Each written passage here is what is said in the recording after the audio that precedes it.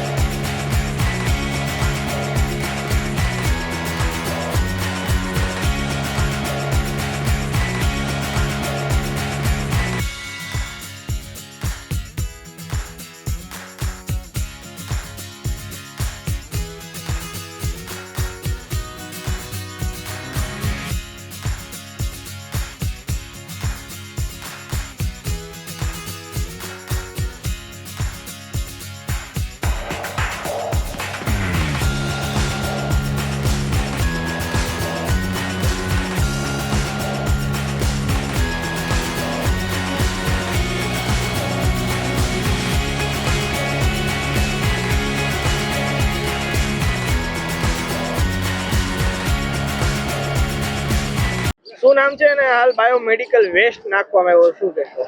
મારું નામ જેડી કથિરિયા, હું ચાપાથળ ગામનો વતની છું।